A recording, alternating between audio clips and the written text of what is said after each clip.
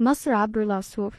معلومة تاريخية لجميع المنصات، علشان ما نقدمش طعن.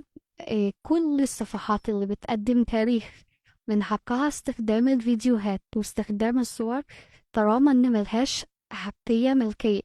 يعني الصور اللي بيبقى ليها الحق الملكية دي بتبقى مكتبات أو بتبقى آه، مجموعات خاصة. الصور بتاعتها بتكون شارياها، بتكون مصورة بنفسها. ده بيبقى لها إذن إن احنا نستأذنها في استغلالها.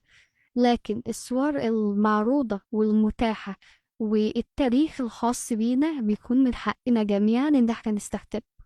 دي واحد. اتنين، الجودة بتاعت الصور لما بتكون ضعيفة لأن الصور قديمة، لأن الصور تاريخية، ده بيديها قيمة تاريخية أكبر. بنعمل لها بعد كده معالجة بالذكاء الاصطناعي، بس بتفضل الصور القديمة الجودة التاريخية والقيمة التاريخية بتاعتها أعلى. شكرا، ومش هقدم طعن تاني.